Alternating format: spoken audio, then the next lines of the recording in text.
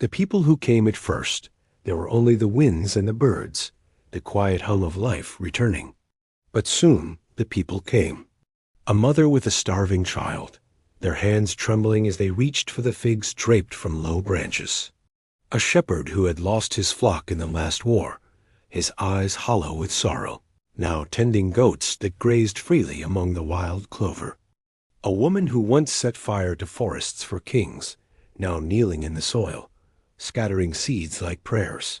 They came broken, tired, unsure, but the grove welcomed them, as did Dain. He did not lead with command, but with example. He showed them how to harvest with gratitude, how to offer thanks before taking, how to prune a tree not for profit but for its health.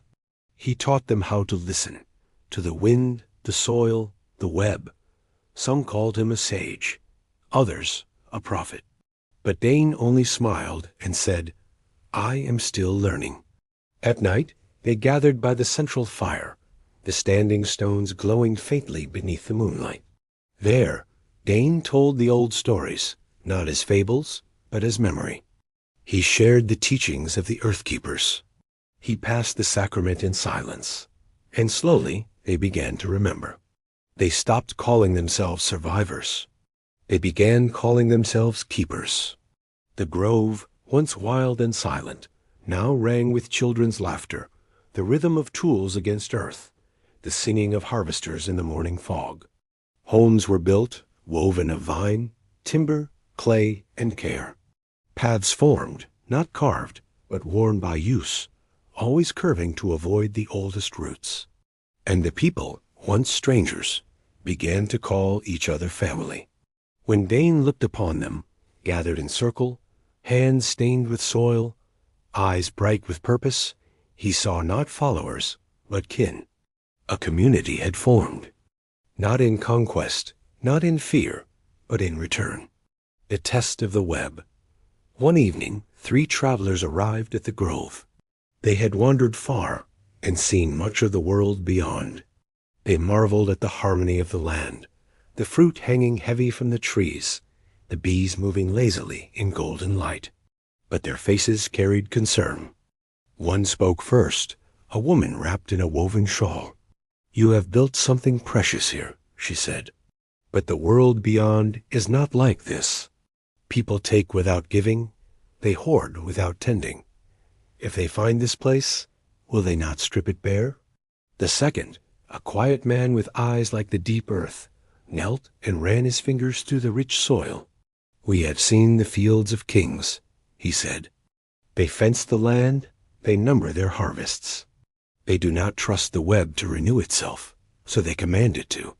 What you have here is free, but freedom is fragile. Do you not fear what might come?" The third traveler, an elder with hair silvered by time, leaned on her staff. "If you do not protect it, will it last?" Dain listened, then knelt beside them, pressing his hands to the ground. Beneath, the web pulsed, steady, unbroken. He looked up and smiled. The web endures because it gives without demand. It balances because it trusts all things to return in their time. If one takes too much, they will find less next season. If they waste what is given, hunger will teach them better than I can. Then he stood before them, lifting a fruit from the vine and holding it high. His voice was steady, filled with the wisdom of the Earthkeepers. What is not protected by fear is protected by balance. This grove is not mine to guard. It belongs to the web. And the web gives, yes, but it also remembers. Those who come in greed will find thorns where fruit once hung. Those who come in reverence will find more than they ever sought. The travelers sat with him beneath the great fig tree, speaking long into the night. And when the morning came, they did not leave as they had arrived. They took no more than what they needed. They carried seeds in their hands, and they walked away with the wisdom of the web, the legacy of the Earthkeeper. Seasons passed, and the abundant grove became more than a vision. It became a sanctuary, a testament to the web's wisdom. The cattle, sheep, and goats grazed freely. The trees bore fruit for all.